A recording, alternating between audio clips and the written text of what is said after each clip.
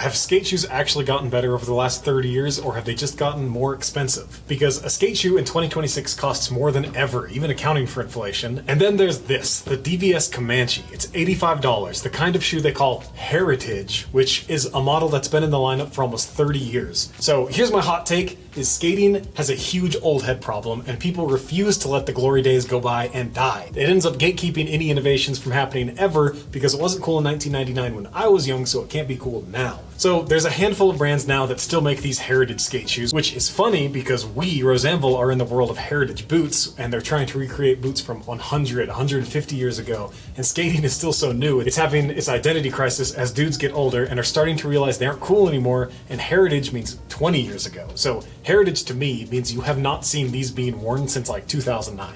And so what are these? The brand is DVS. The style is the Comanche. They weigh 1 pound, 3 ounces. They're $85 and they're made in Vietnam. And the positioning from the website says the Comanche from DVS is a heritage skate shoe that offers unmatched comfort and durability. This men's skate shoe features a durable rubber cupsole construction with reinforced ollie area, leather upper, heavy duty collar, and tongue padding for extra protection, as well as a high impact EVA midsole. You need to lace up a pair of the Comanche to truly feel the comfort and support of this timeless heritage skate shoe. So very heavy on the heritage branding and framing. And I bought this version because this is what I remember being super popular in my middle school, because it looks like a stormtrooper. So we're gonna cut one of the heritage models open to see, did skate shoes actually get better or just more expensive? What does a skate shoe actually need, and how much is marketing? And should skating let these old styles finally die? And as a bonus, I got the homie Norman Woods to skate these, as I am still recovering from my ankle break. Norman reviews shoes on his own YouTube channel. Go check him out here. He's a super good skater. He could probably always straight over me with all of his pop. I have his opinion on how these shoes actually skated, and I'll break down the material science of why he was feeling what he felt in these shoes. So go support the man. He has his board brand Collage. He also makes music and has a band called the Dreadword Bernays. So big shout out to Norman, man. Jack of all trades, seriously. A little DVS lore first, and honestly the history is a little bit sporadic and vague, and I even reached out to DVS to ask about the history, and it was also pretty vague what they hit me back with, so I'll just hit on the big points that I found, and if you know more DVS history, drop it in the comments below. So, the big points. So DVS was started in 1995 by Tim Gavin. Their first major signing was Daewon Song, absolute legend. He stayed with the brand for almost 2 decades, but if you skip to the financial crisis of 2009, that absolutely changed the skate landscape. DVS was hit pretty hard, and finally in 2012 they went bankrupt. They got purchased by, I believe, Sequential Brands, who is a big licensed like conglomerate kind of deal. They have brands like And One, Martha Stewart, Jessica Simpson's brand, Heelys, and a whole bunch more. And a purchase like this is usually the first nail in the coffin for a brand like this. But after it was purchased, DVS doubled down on a resurrection and went into more shoe tech like Vapor Cell and riding on the backs of skaters like Daewon and Tori Pudwill. But in 2016, Daewon left for Adidas and Tori left for Diamond Footwear, so you can kind of see the downturn happening as they lost their biggest names, and it's just kind of a downward slide from then. But in 2021, Sequential filed for bankruptcy, and then a brand called Elon Polo, another licensed brands conglomerate group with brands like Tempur-Pedic and Dr. Scholl's Children's, they picked it up, and now people say that the Barracks owns DVS, but I can't 100% confirm that, so take all that history with kind of a foggy grain of salt. But after all that, DVS does remain alive. Not like it was in its glory days, but it is still here, which honestly surprised me when I found out they were still around to making shoes. So let's start with the durability, because Norman was saying how slick and slippery these feel, and the materials really tell me why, so let's break it down. The Comanche upper is a mix. It has like PU coated leather on these white panels. It's got a bunch of fake leather here too. It's got some synthetic black leather there and a giant rubber like external heel counter here. So it's a mix of a little bit of everything on this shoe. And if you watched any skate shoe reviews previously, you already know my issue here is PU coated leather. Similar coatings, similar problems with all the shoes. I did the burn test and you can see that the coating just like bubbles up and melts off, smells like plastic, but it is real leather underneath. But if you go to the macro of the grain, it shows a pretty loose grain. Honestly, it's loose enough that I think that this is just PU coated suede rather than full leather. So suede will stretch a lot more. It doesn't have that grain fiber like keeping everything together. But what I thought was really interesting, so there's also this weird window looking thing here on this side that looks like it's double layered, but unfortunately, I was cutting it apart to see if it was actually double layered, and you can see it's not double layered because this is just sewn. There's like a small piece of leather right there sewn behind it. And I was like, oh, well, whatever. I guess technically it is double layered because you still have this piece behind it, but you lift that up and that piece ends right here. So it's not technically double layered, which is really annoying. It's like one of my biggest pet peeves is making something look more durable than it is, and that really bugs me. Like you could have just extended this down like 6 millimeters and it would have been fully double layered, but it's not. And that kind of feels like a blatant race to the bottom, like acquired by by a licensing company kind of move, but there are some nice things in here too. You have the ability to lace these two bottom eyelets under this white layer here. It adds some protection so you don't have to blow them out immediately. And then you do get some lace protection with this extra piece up here. It's more plastic. And I do like this extra rubber external heel cap. It'll keep it maybe a little bit more stiff. That coating is the thing that's gonna make this super slick for a while until you start to rough it up. But how long will that actually take? So if you look at the actual leather measurements, this white PU coated leather measures in about 1.6 millimeters thick, which is pretty good. 1.5 is about standard, and anything above that is actually pretty solid. But here's the abrasion test, and this is where I have my problem. My bar is 1,000 strokes and above is decent for a skate shoe. And watch what happens to this compared to the suede next to it. You can see that this PU coated leather takes a whopping 2,542 strokes to go through, placing it in the top 10. You can see a lot of PU coatings in the top 10, but you're definitely trading off grip for abrasion resistance, which is exactly what Norman said while skating. He said it was hard to do flip tricks, and you can kind of see why. So you get a lot of abrasion resistance, but it's just going to be super slippery for a while. And if we look at the sole, it's a cup sole construction with a rubber outsole. It's about 5 millimeters thick. You got the extra stitching in the toe and on the heel, and it is a real stitch if you look on the inside. And so the rubber wraps up where you ollie and where you'd heel flip, meaning the high wear zones are a little bit more armored with actual rubber outsole. It's not just stitched like fake double layer leathers hoping for the best. So it's something I think a lot of modern skate shoes are losing. They just have the flat outsoles. This is something that was really big in the 90s and 2000s, having like crazy shaped outsoles like that. I think some are coming back to it, but not a ton. And it's about 70 Chore on the outsole, so a little harder and slipperier than a Volk, but about on par with most cup soles. It's why it's going to feel so slippery. So you can see why Norman was saying there was no grip and it was tough to do all his flip tricks. And it was hard to get pretty tech on these shoes. So pre-cut durability, I'm going to rank it a 60. So just because it's not double layered and it's kind of parading like it is, but other than that, I think it's going to be fairly durable, but this is pre-cut before you see anything on the inside. But what about the cushion of a gigantic Heritage skate shoe? Heritage skate shoe is pretty much a code word for biggest, puffiest toaster shoe you've ever seen. At least in my opinion. When you say Heritage skate shoe, you get things like the D3 and the giant toasters. And Norman said they're pretty comfy, but DVS gets one thing wrong where the marketing kind of trips over itself. So the Comanche runs a Vapor Cell Plus molded insole. It's like the removable footbed. It measures around 20 to 22 Chore. I did the ball drop test off the insole and it bounces up about 20 inches on average. So that's genuinely pretty springy for an insole, pretty dense, which I like. Under that is allegedly a midsole, and this is the part that DVS's website, it calls it a Vapor Cell drop-in midsole, and I think the phrasing is wrong. And here's why it matters, because drop-in means you can remove it. A drop-in midsole lifts out of the shoe,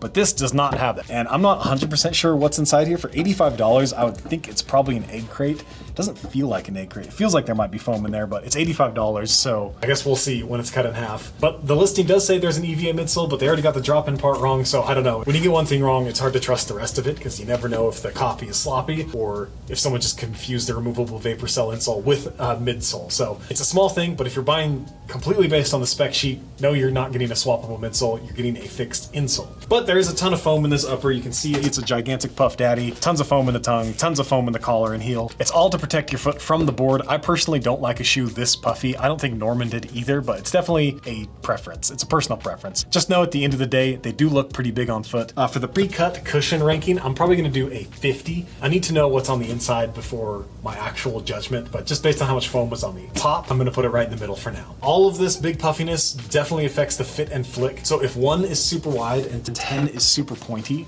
I would probably give this a 5. It fits pretty true to size. It's not overly pointy or wide. It's a pretty standard shape, but the whole shoe weighs 1 pound and 3 ounces, which puts it on the heftier side of skate shoes. This is not a lightweight shoe. It's a tank. Just know that going in for the fit and flick, but it's a pretty standard shape. Nothing out of the ordinary. And with all of that, you can't really feel the board a ton, so I'd probably rank it on a 7.5, closer to the top of the no board feel range, just because there's so much stuff going on in here. And that's what it feels like on foot, honestly. So that's everything you can see from the outside. Let's cut this big old tank open and really see if it's better or worse and what's actually hiding on the inside here to see if DVS's website got anything else wrong or is leaving out something completely. Let's get this thing cut in half.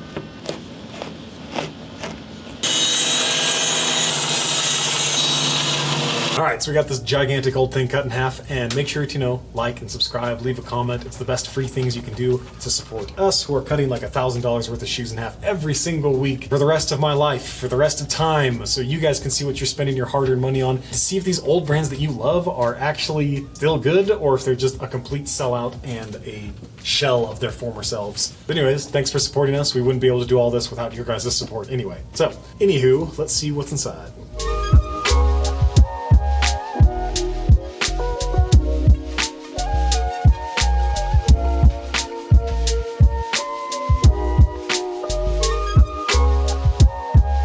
So on the inside, there's definitely some surprises in here I was not expecting. So the biggest shock is that it does indeed have this full-length foam midsole. It's definitely not a drop-in midsole, but it is definitely there. For $85, that's not bad. I think most full-length foam insoles have been $100 plus that I've seen so far. Everything else is about what you would expect. There's no true double layers anywhere on this entire shoe, and you can definitely see how fat this tongue is and how much foam there actually is on the collar. But there's definitely one big concerning thing, which is how loose the actual midsole foam is. It's not even barely attached to the outsole. It fell off while filming this video. You can probably hear it pulling off just barely. It's probably the least of your worries in an actual skate shoe, but I would be concerned about this skating to come loose. And then as we know from the heritage boot style, when components start to get loose, they start to like separate and move independently. They just wear out faster since there's like extra rubbing and friction. Am I splitting hairs on a skate shoe? Probably, but it is something to consider. Maybe tells me that there's lower quality like adhesives and glues and construction techniques used across the board, but at the end of the day, it is still just a skate shoe that will get destroyed. It just sucks if something like this is gonna fail on you really fast. It's kind of a gamble. It's kind of a coin flip at this point with this. So overall final rankings,